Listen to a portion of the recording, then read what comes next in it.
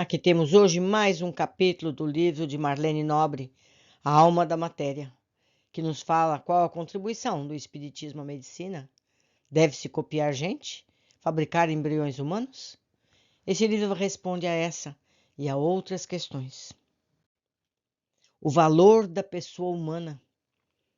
Diante dos avanços biotecnológicos e, consequentemente, da real ameaça e de interferência em seu patrimônio genético, na sua própria essência como pessoa, é indispensável que os homens, ou seja, a humanidade, volte a formular as velhas questões milenares de sempre. O que eu sou? Qual a minha destinação? E isso porque hoje, mais do que ontem, há uma corrente poderosa e influente que procura reduzi-lo ao estado de coisa, rebaixando-o da condição de sujeito para a de objeto. Na verdade, essa coisificação ou ressignificação da pessoa já ocorre na prática como fruto de aplicação dos vários modelos bioéticos já vistos, que não conferem à pessoa os mesmos valores essenciais, fundamentados na transcendência. Desse modo, hoje, mais do que nunca, é preciso que a humanidade se interrogue a respeito de si mesmo. O que é enquanto pessoa? Qual o seu valor? Onde se fundamenta a sua própria dignidade? Persona vem do grego proporson, que designava tanto o rosto humano quanto a máscara usada pelos atores do teatro. O rosto exteriorizaria a pessoa de forma mais imediata. Mostraria o aspecto irredutível da personalidade, o mistério de ser fim em si mesmo. Assim, quando se utiliza o termo pessoa, reporta-se ao rosto, referindo-se ao ser que não se pertence senão a si mesmo, quer dizer, aquele que é incapaz de pertencer a um outro enquanto simples objeto. Novamente no livro de Adorno, La bioéthique de la dignité de la personne, capítulo 2. Me perdoem sempre a pronúncia. A pessoa não tem a propriedade de seu corpo. Essas duas realidades se identificam de tal modo que a pessoa não possui seu corpo. Ela é o seu corpo. O termo é empregado comumente para designar os seres que possuem uma dignidade intrínseca, pelo simples fato de existirem. Esse é o conceito de dignidade ontológica, que é uma qualidade inseparavelmente ligada ao ser mesmo da humanidade, do homem, da mulher, igual, portanto, para todos.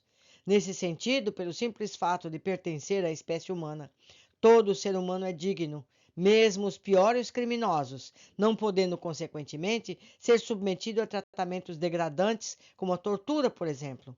Toda a noção de direitos do homem ou da humanidade tem nela seus fundamentos. Mas dignidade também pode ser empregada em sentido diferente. É o caso da dignidade ética, que não se refere ao ser da pessoa, mas ao seu agir.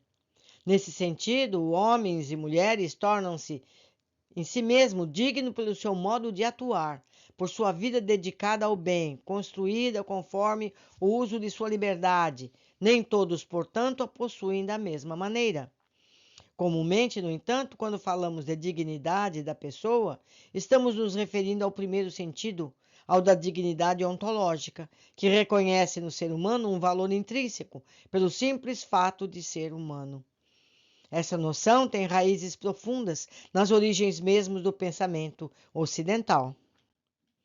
Para os gregos, especialmente Platão e Aristóteles, há no homem e na mulher a presença de um elemento divino, a alma, que lhe confere a característica de um ser sagrado, tanto por sua origem como por sua destinação. Assim, no livro A República, no século IX, no item 9, 589, a Ética, a Nicômaco, acho que deve ser capítulo 7, 1177 a 6 e por aí vai. Isso tudo está na bibliografia, vocês podem ver com cuidado. Esse elemento divino é ressaltado, ele nos leva acima da terra, constituindo-se em fundamento da própria dignidade humana. O espírito estaria assim na raiz da pessoa, conferindo transcendência. Essa mesma noção tem sido difundida pelas tradições cristãs, que consideram a humanidade como um ser sagrado, feito à imagem e semelhança de Deus.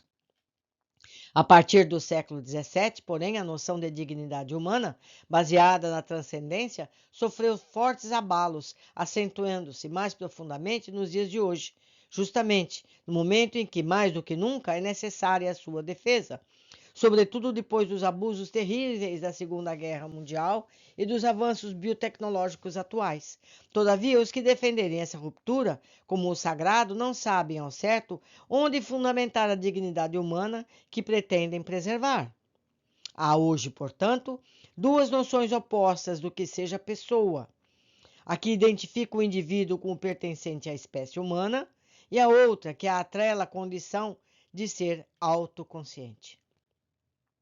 Pessoa, indivíduo humano. A primeira abordagem deriva da definição de pessoa dada por Boécio, substância individual de natureza racional.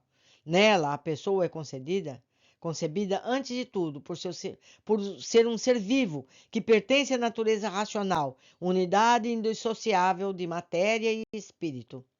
A pessoa não pode ser reduzida às suas partes. Ela não é sua razão e muito menos sua consciência. Pode constatar, por exemplo, através da consciência, a existência de sua própria personalidade, mas não a cria. O sentido empregado aqui é o de consciência de si mesmo. Nesse conceito, a consciência é posterior à pessoa. Assim como quanto inconscientes, recém-nascido e homem adormecido são pessoas, mesmo sem demonstrar suas capacidades intelectuais. São respeitados como um fim em si mesmo. A presença da pessoa não depende, pois, do exercício atual da razão ou da consciência. Na verdade, ela pertence a uma realidade que ultrapassa a atividade neuronal ou o mero quimismo celular. A base de sua dignidade é ontológica, inerente ao existir. Esse conceito é aplicado a todo ser humano vivo, quer seja um feto ou um recém-nascido, demente ou paciente em estado terminal, procurando observar-lhe o bem fundamental, o direito à vida. Ser autoconsciente. Há, no entanto, um outro conceito oposto a esse, que tem uma visão dualista do homem, oriunda sobretudo do cogito ergo sum de Descartes, que reduziu a pessoa à condição de res cogitans, quer dizer, ao pensamento, enquanto a res extensa, ou corpo, foi relegado à condição de objeto. A partir de então, a dimensão corporal do ser humano foi reduzida a estado de coisa, de mero instrumento a serviço do pensamento, radicalizando, portanto, a distinção entre matéria e espírito. Isso explica por que tem sido cada vez mais ampla a intervenção no corpo humano através de técnicas cada dia mais apuradas. Se, por um lado, essa noção contribui para o avanço indispensável da ciência, emperrado pelo feroz dogmatismo religioso, por outro, exagerou nessa visão dualista, subtraindo ao corpo o caráter sagrado que lhe é intrínseco como instrumento do espírito. Essa divisão permanece exacerbada nos dias de hoje. Engelhardt, por exemplo, estabelece uma distinção entre as pessoas do centro estrito e as de vida biológica humana. As pessoas no centro estrito são seres autoconscientes, racionais, livres de suas escolhas, capazes de julgamento moral. A elas são aplicados o princípio de autonomia, o seu corolário e de respeito mútuo. Só há direitos para os seres autoconscientes. Novamente no livro La Biotique et la dignité de la persona, capítulo 2. Os indivíduos que não preenchem essas condições, pertencem à categoria de vida biológica humana, são seres, mas não pessoas. Lhes é dada a proteção por simples dever de beneficência. Assim considerados os fetos, os lactentes, os deficientes mentais severos e os que estão em coma irreversível. Pela aplicação desses conceitos, assiste-se hoje àquilo que se denomina a diluição dos confins da pessoa.